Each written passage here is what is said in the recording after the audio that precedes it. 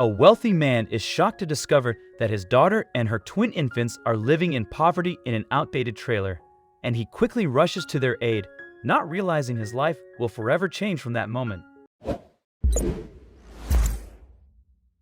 As Ben Doyle cut into his steak, a clinking noise interrupted the quiet of his grand mansion. He grabbed the TV remote and tuned into the local news, as was his habit. Every evening, Ben ate dinner alone while he watched the news because he didn't have a family. His ex-wife, Cindy, had left him years ago and taken their only daughter, Leah, with her because he was a nobody back then. At the time, Ben was working odd jobs and trying to start his own business, but all of his endeavors were failing. Cindy wanted a good life and was done with him and his struggles, so she divorced him and married a rich man. Ben's finances were not stable, and he couldn't win Leah's custody, but he loved her and sent her gifts on her birthday every year. Years later, when Cindy's husband was transferred to another state, Ben lost contact with Leah. He attempted to reach Cindy to find Leah, but Cindy ignored his calls and texts and forbade Leah from communicating with him. With no one to love, Ben threw himself into his work, toiling day and night until he became a millionaire. Despite his wealth, fame, and luxurious lifestyle, Ben felt unfulfilled without people to love. He arrived home every evening and there was no one to welcome him. He ate dinner alone while watching TV, then went to bed, woke up the next morning, and returned to work. This was not how he had imagined his life to be. That day, while Ben was watching TV, the news channel was running a report on women empowerment. The reporter had interviewed women from different strata, including the underprivileged, and Ben was not interested in watching any of it. Is that all they got to show us now? Don't they have something better to report?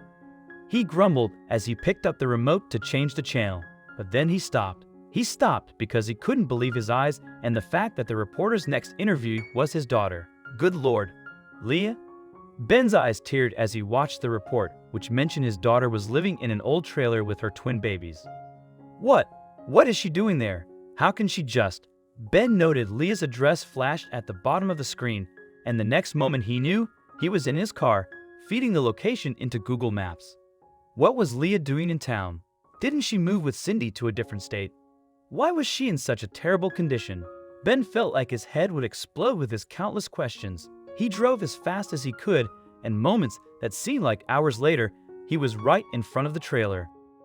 It was evening, and he couldn't see the trailer very well owing to the darkness, but he could still make out its shabby condition. His tears didn't stop as he knocked on the door. A couple of minutes later, Leah answered the door and was shocked to see him. Dad! Oh God, what happened to you, and how did you? Ben hugged Leah tightly. What happened to you, Leah?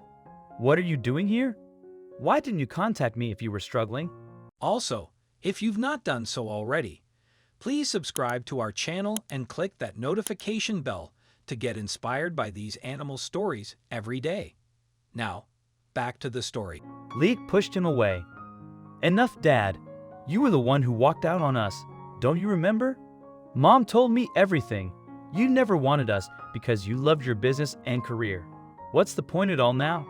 Is that what Cindy told you? Ben was shocked. Do you really believe that?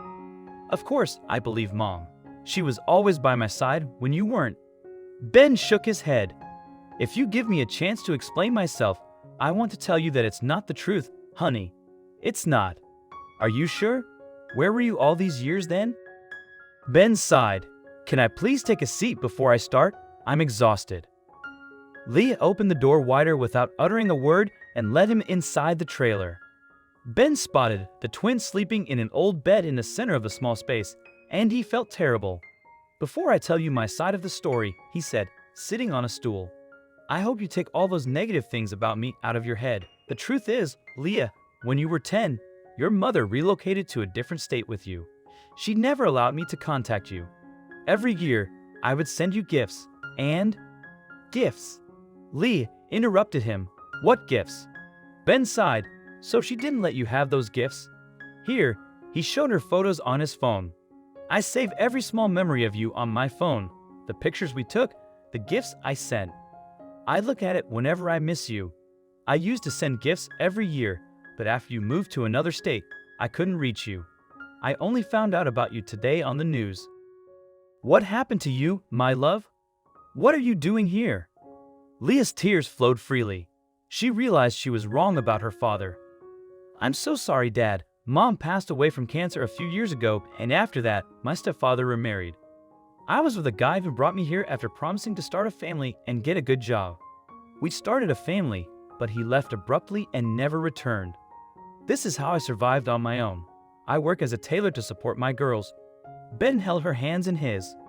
Listen, Leah, we can't change what happened in the past, but we can make our future better. You and your children are coming with me.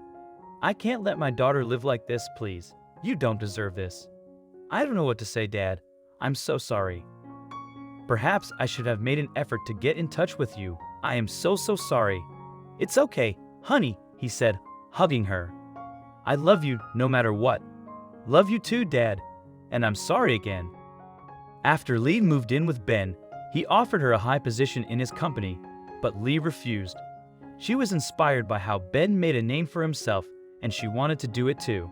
She thanked him for his support and that he gave her shelter and became the best granddad to his twin daughters. Leah strives to impress Ben, studying business from him and interning part-time at his firm. Regardless of future success, Leah and Ben are now content, and the twins have a loving grandfather. That's what's most important. Ultimately, a happy family is the greatest treasure.